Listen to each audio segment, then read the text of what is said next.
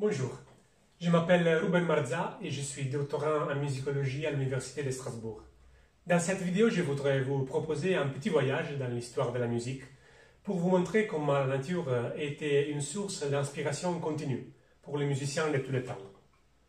Il est quand même impossible de parler de musique et de nature sans parler de musique à programme, c'est-à-dire toute musique qui s'appuie sur un sujet extérieur, un texte, une peinture, une situation ou un événement historique.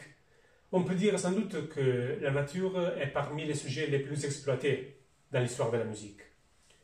Déjà au début du XVIIIe siècle, on trouve un des exemples les plus célèbres des musiques à programme avec Antonio Vivaldi et ses Quattro Stagioni, les 4 saisons.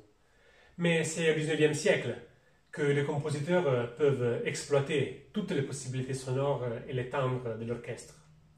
Il faut juste penser à la célèbre symphonie pastorale de Ludwig van Beethoven, avec laquelle les compositeurs voulaient célébrer la joie de la vie à la campagne, ou encore à la nature bucolique et agréable qui apparaît dans Le Matin du compositeur norvégien Edvard Grieg, qui fait partie de la musique écrite pour la pièce de théâtre Peer Gynt de Ibsen.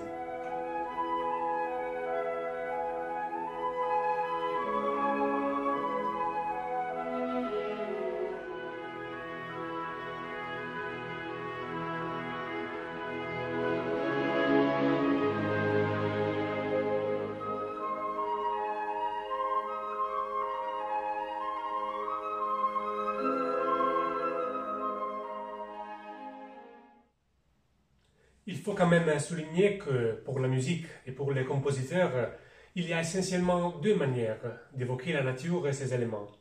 Tout d'abord, une manière onomatopéique, c'est-à-dire le procédé d'imiter les sons de la nature et des animaux avec les techniques et les timbres des instruments.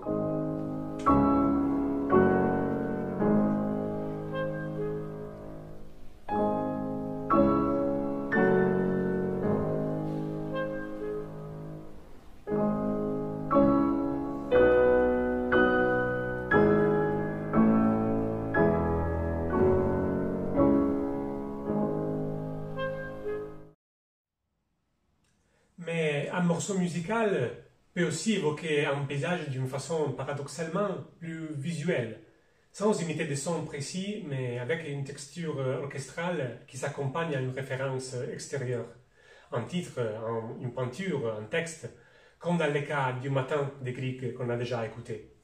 Parfois, la contemplation sonore de la nature se lie en même temps au patriotisme et au mouvement des écoles nationales du XIXe siècle, comme dans le cas de la célèbre Vltava de Bedřich Smetana, hommage à la rivière de la Tchéquie, ou dans Finlandia de Sibelius.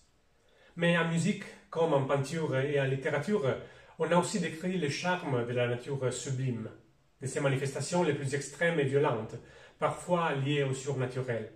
On peut citer Une nuit sur le mont Chauve du compositeur russe Modest Mussorgsky, qui apparaît dans le film Fantasia de Walt Disney, ou encore La tempête de Rossini dans son opéra Guillaume Tell.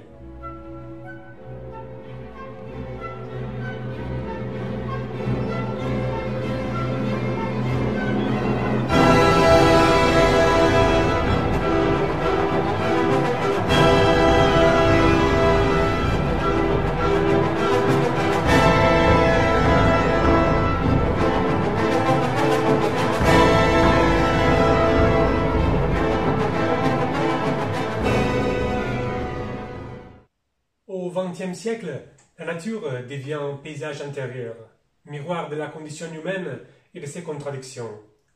Dans le ballet Le Sacre du printemps de Igor Stravinsky, par exemple, la violence de la musique pourrait bien représenter la violence de la collectivité vers la victime sacrificielle, avec des irrégularités rythmiques qui sont expression de cette cruauté aveugle.